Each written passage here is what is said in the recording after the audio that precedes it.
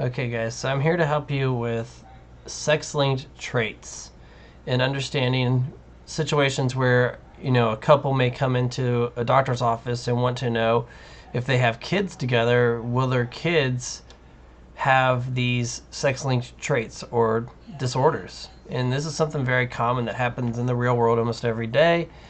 And so it's pretty easy to solve these. So let's work through one here. So a couple wants to know if they have children, will they be colorblind or not? Color blindness is a sex-linked recessive trait, so make sure you pay attention to the recessiveness. Most of the time these questions will be recessive, but sometimes I can't guarantee that maybe a state test will throw a curveball and say dominance. They love to do those little things. So most of the time it'll be recessive. Just make sure it is recessive and not dominance. If it's dominance, you just change it to and go with the dominance rule. A female is colorblind and a male is not. So right there we got to pull out that data. So you have to know, the first thing you must know is the gender or sex chromosomes of female and male. So a female,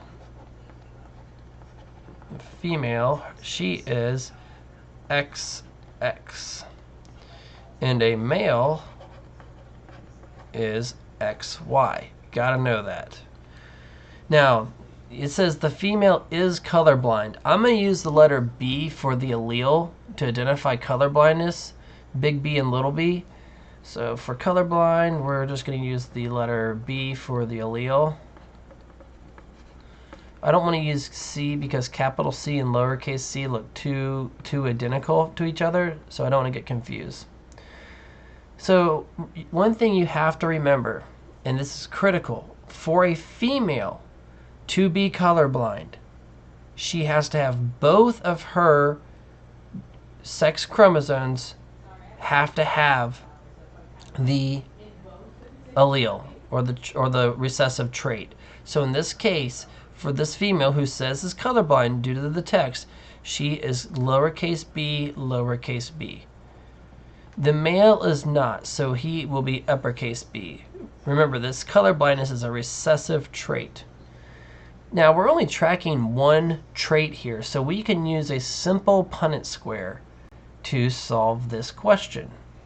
They want to know the percentage of their kids, like if they have, what percent of the females that they have and males that they have will be colorblind or not. So we're just throwing in mom's genotype here, and then we're going to throw in dad's genotype here. We solve this the same way we solve a simple Punnett Square. X big B from dad coming down. I like to keep the x's together, kind of like combining like terms. So we're going to do the x's from mom next. So x little b, and then mom over here, x little b and x little b. And then of course the y from dad. Now the first thing we got to look at is just the girls. Now the girls are going to be XX, okay? So we see here X and X, and they want to know the percent girls. Now here's another curveball they can throw you. They want to know the percent girls, so ignore the males over here. Don't even count the boxes because we want to know the percent girls. So it's going to be 0%, 50%, or 100%, okay? So we're only going to look at these two boxes and only going to count those two boxes. So we see that this one's big B, little b, which will not be colorblind. And this is big B, little b again, which will not be colorblind. So 0 out of 2 boxes are excuse me, 2 out of 2 boxes are not colorblind, which means 100% of the females born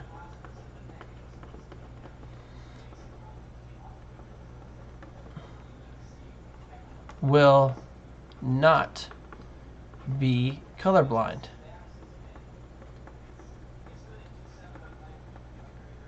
Okay, 100% of the females born will not be colorblind. Now we look here at the males. Okay, we are looking at the males now. So we ignore the box with the females. We're just looking at the males. So we see here XY makes this a male. And we see here that X little b, X little b.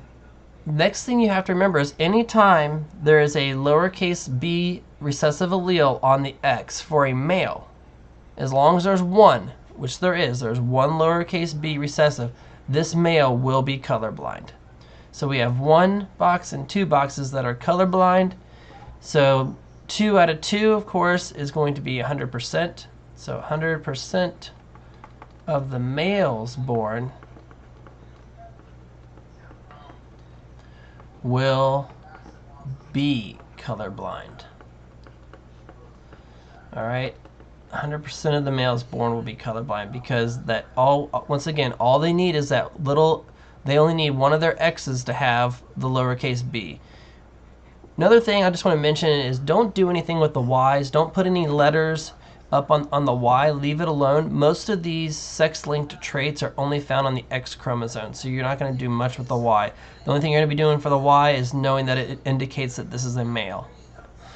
All right, let's do one more, just in case you're still a little confused. So we're going to jump down here to the bottom.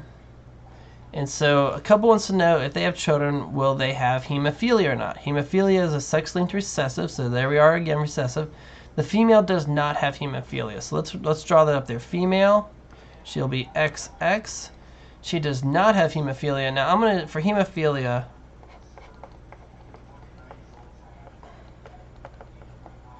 I'm gonna use the letters H's.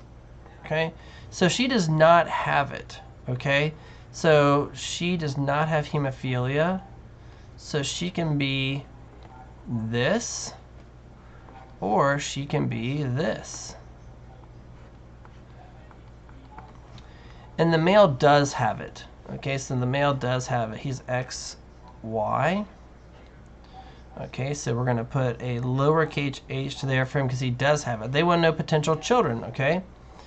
So, now one thing I want to point out is this situation here with mom having a capital H on one of her alleles and a lowercase h on another one, that makes her a carrier. That makes her a carrier for hemophilia. She doesn't have it, but she is a carrier. So let's just take a look here and see if the percentages change. We're going to throw this first Punnett square in with an X capital H, X lowercase h, and we're going to see if the data changes a lot. Okay, then we have X lowercase h for dad and Y. Go ahead and do the Punnett square. I'm going through this one kind of fast because I explained the one above.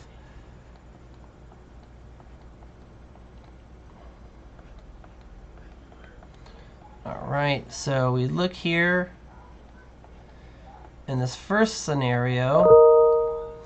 If the mom is a carrier, which means she doesn't have hemophilia but she carries the allele for it, we're going to look here and see that from the girls, it looks like 1 out of the 2 boxes will have hemophilia. So 50% for the females. And if we look, and then real quick, if you look over here, with mom being a carrier, 50% of the males. So if mom is a carrier, 50% of the males and females born, so or 50% of the population born will have it, will have hemophilia. Kind of running out of space. All right. So actually, I'll give myself a little bit more room here. So that's that case if mom is the carrier. Let's run the example if mom is not a carrier. So X big H, X big H, and throw that into a Punnett square. And we have dad, X little h, and Y. So do the Punnett square, X big H, X little h, X big H, X little h. Got the little h from dad. Bring the Y down from dad, the big H across. And we're going to see that if we look here at the girls, well, big H, little h, she will not have hemophilia. Same down here, big H, little h will not have hemophilia.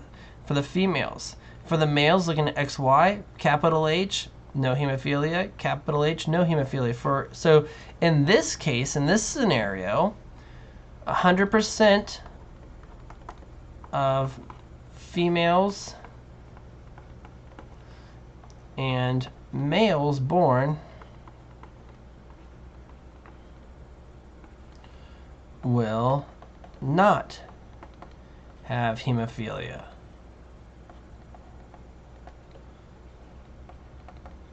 All right, so that ends that for this lecture on sex-linked traits. Remember, gotta know the gender chromosomes for the male and female.